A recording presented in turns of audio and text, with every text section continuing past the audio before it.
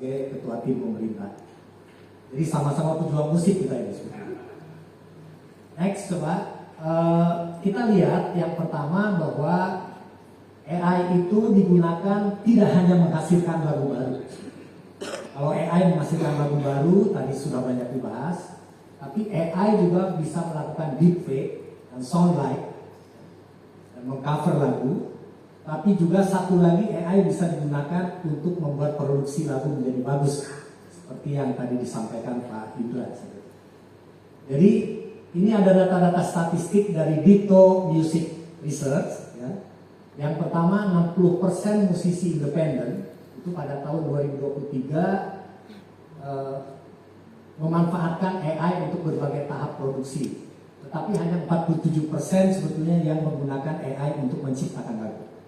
Makanya tadi saya kira juga jelas ada yang sangat tidak mau dengan itu.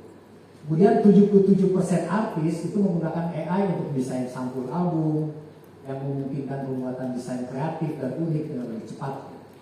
66% itu untuk mixing, mastering, ya, digunakan untuk memperbaiki kualitas suara, menyempurnakan hasil akhir musik, dan lain-lain. 62% itu untuk produksi musik, antara lain membantu dalam merancang, menyusun musik desain, efisiensi, dan kreativitas yang lebih tinggi. Jadi ini data dari Ditto Music Research. Manfaat AI dalam musik ini kan banyak sebetulnya. Makanya ketika kita ngomong, saya anti AI bahaya sekali. Karena buat musisi AI itu akan sangat membantu sebetulnya. Hanya nanti konfliktingnya seperti pertanyaan Pak Tantowi adalah bagaimana konektivitas ini dengan hak ciptanya. Jadi yang pertama bahwa AI dapat melakukan proses mixing dengan mastering cepat dan akurat, menghemat waktu dan biaya. Algoritma AI ini dapat menyesuaikan level suara dan efek dengan presisi yang sangat tinggi. Kemudian personalisasi, saya kira semua kita ini yang berlangganan Spotify, berlangganan Netflix, itu dipersonalisasi dengan algoritma dia. Jadi kalau kita sering mendengar lagu misalnya dari Elvis Presley atau dari Raisa atau dari siapa, dia akan membuatkan playlistnya kemudian sehingga kita itu akan selalu bertemu dengan lagu-lagu kesukaan kita. Sama, kalau suatu saat misalnya saya ini iseng-iseng di OLX cari iklan sepeda listrik, maka ketika saya membuka platform lain, membuka Kompas, membuka apa, ada iklan juga tentang sepeda listrik. Di situ algoritma bekerja dengan filter bubble. Jadi dia akan mengikuti kita terus, ya gitu. Nanti kalau misalnya kalau di politik ini kalau ada orang yang sangat suka dengan satu calon, ya, maka kemana-mana dia akan membuka berita tentang calon itu saja. Akibatnya dia tidak tahu kalau calon yang lain juga lebih bagus. Berikutnya real time collaboration.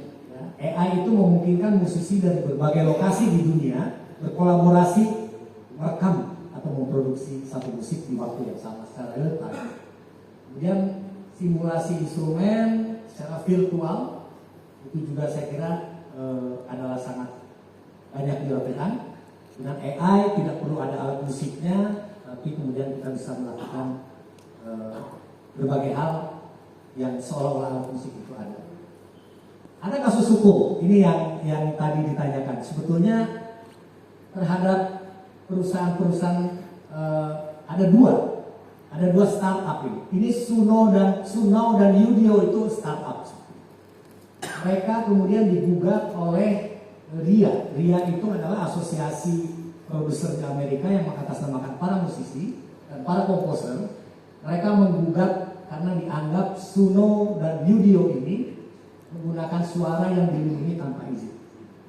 Jadi kan AI itu bisa mengeluarkan luaran-luaran itu berdasarkan data pelatihan. Jadi kalau dia nggak dilatih, dia nggak bisa jawab. Kenapa ChatGPT bisa jawab kita semua? Karena dia dilatih terus.